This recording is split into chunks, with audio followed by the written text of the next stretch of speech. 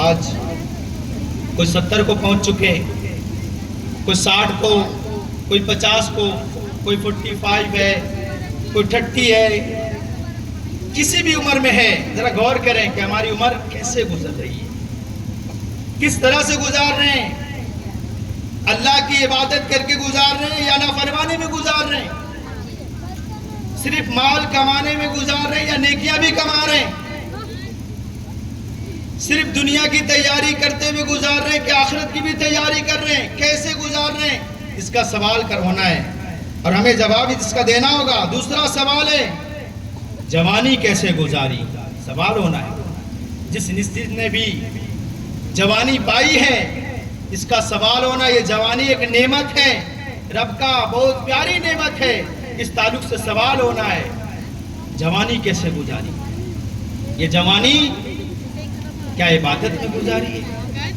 یہ جوانی کیا اللہ کی فرما برداری میں گزاری ہے؟ یہ جوانی والدین کی خدمت کر کے گزاری ہے؟ کیسے گزاری ہے؟ یہ جوانی سے دین کو تقویت پہنچایا ہے کہ دین کو نقصان پہنچایا ہے؟ اس جوانی سے مسجد کو آباد کیا ہے یا مسجد کو ویران کیا ہے؟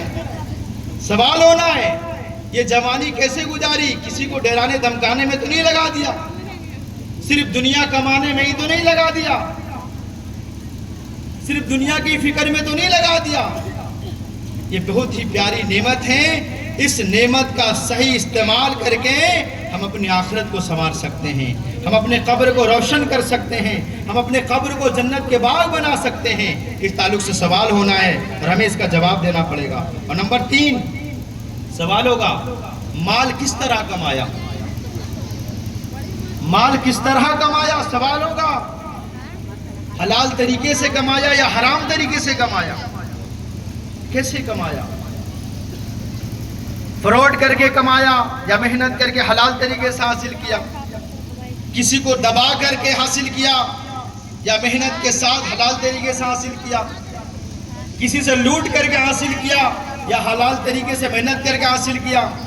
اس کا سوال ہونا ہے۔ اور حلال طریقے سے حاصل ہونے پہ علماء فرماتے ہیں حساب ہوگا۔ علماء بیان کرتے ہیں حلال طریقے سے جو مال کما رہے ہیں اس پر حساب ہونا ہے، حرام طریقے سے کمائے ہوئے مال پہ تو سیدھا عذاب ہونا ہے۔ تو ہم کس طرح سے حاصل کر رہے ہیں اس کا سوال ہونا ہے۔ ایک اور سوال ہوگا نمبر 4 مال کس طرح خرچ کیا؟ کمایا حلال طریقے سے، کمایا محنت کر کے، کمایا ہے صحیح طریقے سے، لیکن خرچ کیسے کیا ہے؟ کیا اس پیسے سے دین کا کام کیا؟ اس پیسے سے مسجد آباد ہوئی؟ اس پیسے سے مدرسے آباد ہوئے؟ اس پیسے سے دین کو تقویت پہنچایا؟ یا اس پیسے سے کہیں اللہ کی نافرمانی تو نہیں کی جا رہی ہے؟ اس پیسے کے لایا ہوا ایک اینڈرائیڈ موبائل، گھر میں اس سے فلمیں ڈرامے تو نہیں دیکھے جا رہے ہیں؟ اس موبائل کے کہیں گئی غلط مناظر تو نہیں دیکھے جا رہے ہیں؟ اس لائے ہوئے موبائل سے، اس لائے ہوئے گھر میں جو ٹی وی ہے اس سے کہیں اللہ کی نافرمانیاں تو نہیں کی جا رہی ہیں؟ مال صحیح طریقے سے کمایا لیکن خرچ غلط طریقے سے تو نہیں ہو رہا ہے، اس کا سوال ہونا ہے۔ اور نمبر 5 کہ اپنے علم پر کہاں تک عمل کیا؟ پیارے اسلامی بھائیوں، دنیا میں امتحان ہوتے ہیں، اس کا کوئی سوال اوپن نہیں کیا جاتا ہے۔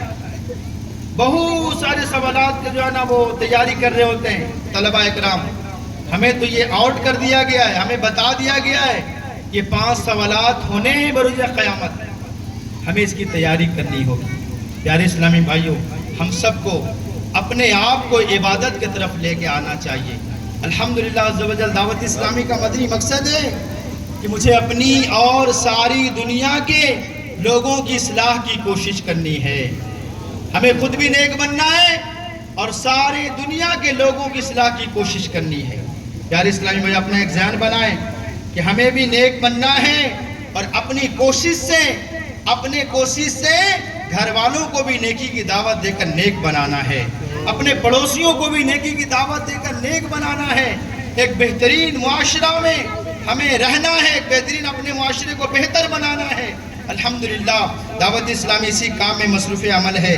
پیارے اسلامی بھائیوں، ایک بڑی تعداد ہے جو سوال کرتی ہے کہ مولانا عبادت میں ہمارا دل نہیں لگتا ہے، عبادت کرتے ہیں کہ سست پڑ جاتے ہیں، دل نہیں لگتا ہے۔ پیارے اسلامی بھائیوں، دعوت اسلامی کے بہت بڑے مبلغ مفتی قاسم صاحب دامت برکاتہم العالیہ بہت پیاری بات ارشاد فرماتے ہیں، اور اگر توجہ سے سنیں، اس پہ عمل کریں تو انشاءاللہ بہت فائدہ ہوگا۔ ان سے سوال ہوا کہ عبادت میں دل نہیں لگتا ہے، اس کا حل ارشاد فرمائیں، کیا کیا جائے جو عبادت میں دل لگے؟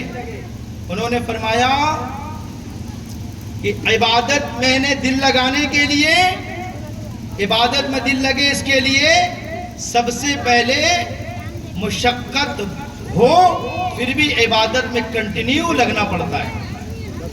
جب شروع عبادت میں اپنے آپ کو لگائیں گے تو آپ کو تکلیف ہوگی، پریشانی ہوگی، ایک وقت گزرے گا، ایک عرصہ گزرے گا، مفتی صاحب فرماتے ہیں کہ یہ پریشانی دور ہو جائے گی اور وہ آپ کی تکلیف عادت میں بدل جائے گی، پھر آپ کی عادت بن جائے گی عبادت کرنے کی۔ آپ کو عبادت کا وقت ہوگا، نماز کا وقت ہوگا، آپ آٹومیٹک مسجد کی طرف جا رہے ہوں گے، عبادت میں آپ کی عادت بن جائے گی، اور پھر ایک عرصہ گزرے گا، پھر ایک ٹائم گزرے گا کہ مسلسل اس طرح سے آپ لگے رہیں تو یہ عادت لذت میں تبدیل ہو جائے گی۔ پیارے محترم اسلامی بھائیوں، علماء بیان کرتے ہیں کہ جب عبادت میں لذت مل جائے، عبادت کی حلاوت محسوس ہو جائے، مٹھاس مل جائے تو راتیں کم پڑ جاتی ہیں، ایک سجدہ بھی پورا نہیں ہو پاتا۔ ہم چاہتے ہیں کہ ہماری عبادت میں لذت ملے، ہم چاہتے ہیں کہ عبادت میں ہمیں مٹھاس محسوس ہو جائے، ہمیں عبادت میں دل لگ جائے، تو سب سے پہلے مشقت کے ساتھ ہمیں عبادت میں اپنے آپ کو لگانا چاہیے۔ انشاءاللہ عز و جل ہر پریشانی کے بعد آسانی ہے۔